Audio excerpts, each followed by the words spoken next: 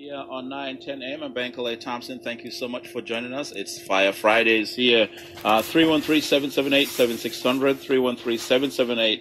313-778-7600 is the number to call and chime in this conversation. My guest, Sam Riddle, joining us. We'll also be joined by Tony Motley very shortly. Sam, how you doing? Oh, I'm doing great, Bankole. It's beautiful weather outside, and it's just great to be in the studios of 9:10 a.m.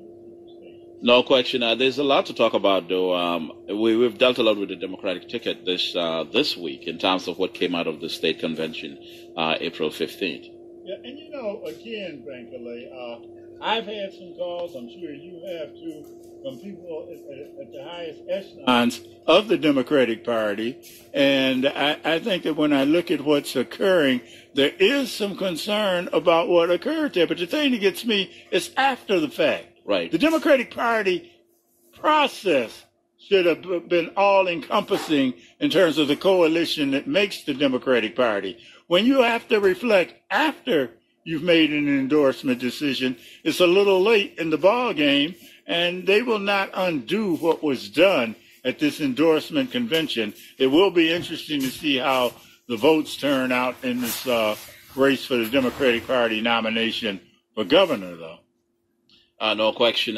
Sam is referencing the 2018 ticket. I'm told it's not done yet. Sam, there's a push for an African American to be on the ticket for lieutenant governor. Be interesting to see how that plays out. Well, I know that for a fact. Again, I've had calls myself. The political rebirth of Sam Riddle. I've had calls myself from people at the highest echelons of the party participating in this process. I am convinced that there will be a black person on that ticket, but I guess what's, again, very disappointing is the whole process itself in terms of how that nominating process went.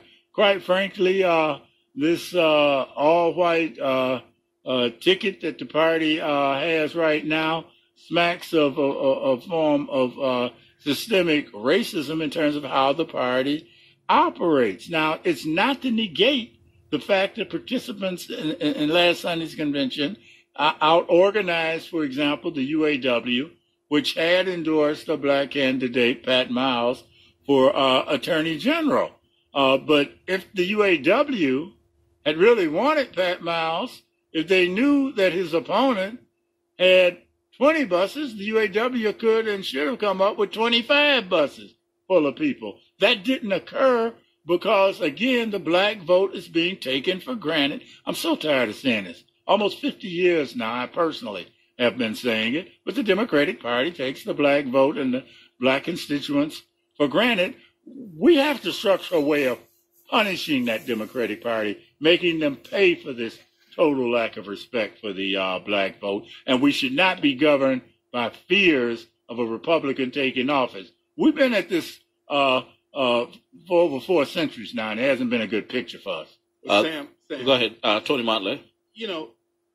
It's a short-sighted proposition because without the black vote, they have no chance.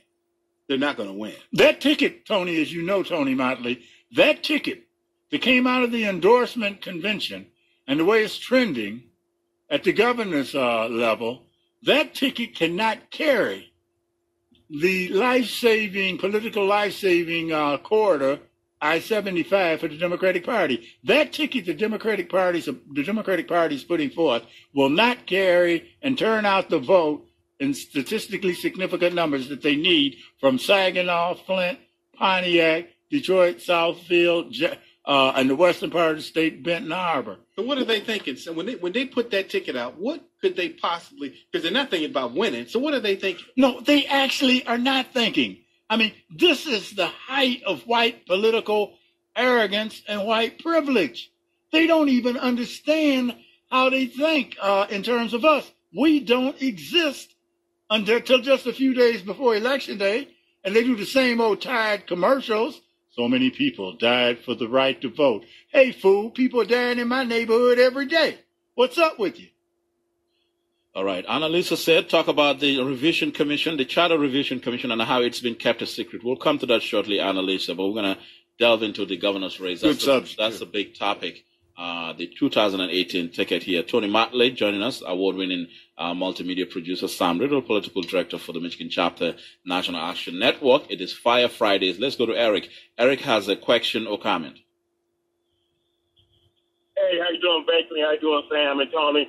Hey, Eric. All you need to see as it relates to what's going on with the Democratic Party was watch Let It Rip last night when they did the segment with the presumptive nominee from that party. All she did was respond to talking points. All she did was pander. Who's the presumptive?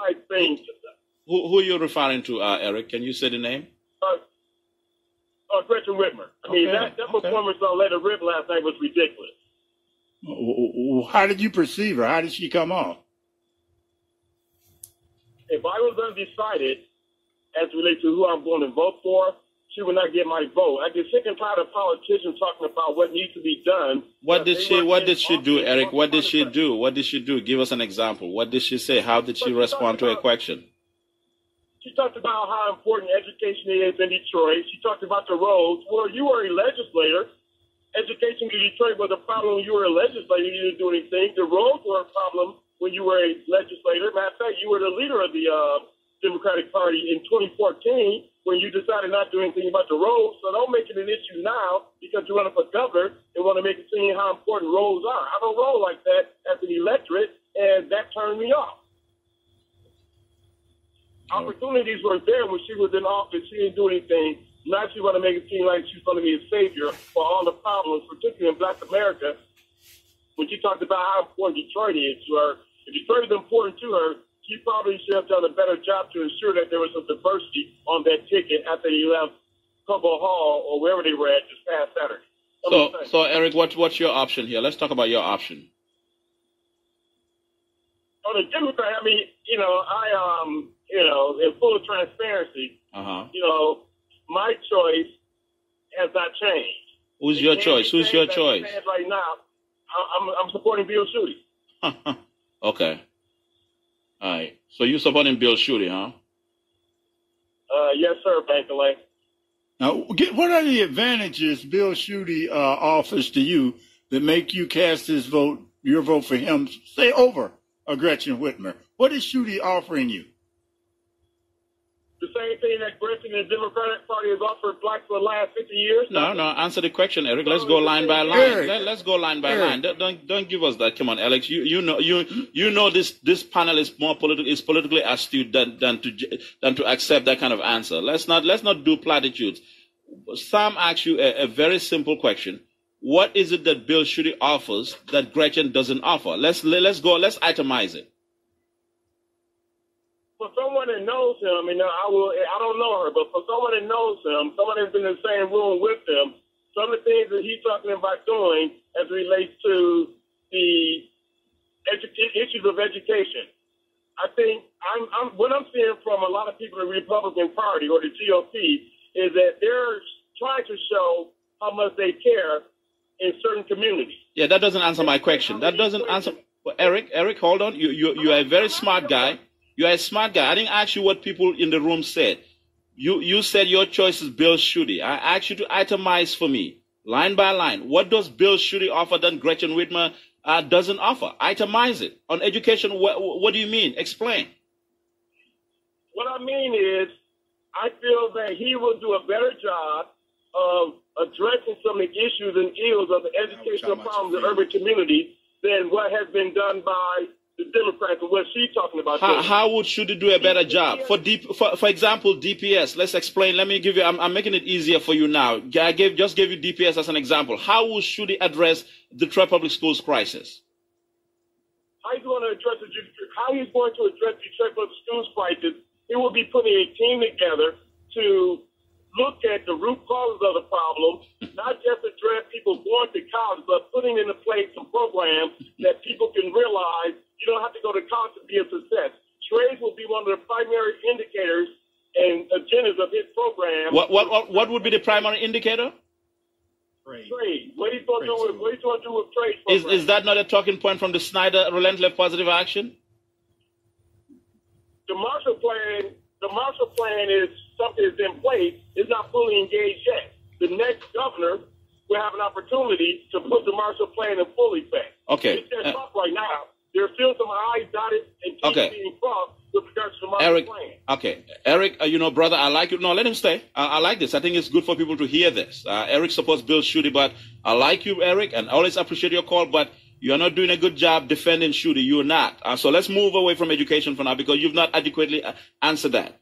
Give me another issue that you think Schuette stands for that Gretchen. No, you have not. You have not. You just said program. Programs what?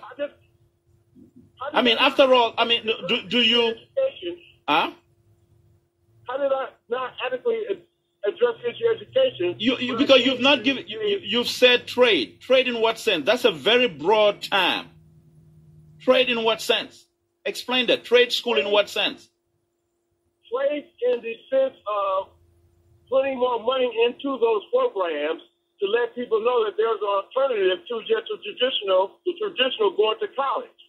And the Republican, and you know this, as a student of politics, can you honestly tell me on the air that the GOP has a history of putting money in the education fund? Let's not talk about the history. I like to talk about... No, because you got to look into history. We're not speaking in a vacuum here. There's a history here. If there's no history of putting money in the education fund, what makes you think there'll be a need to put money into trades? There's a history of cutting that budget.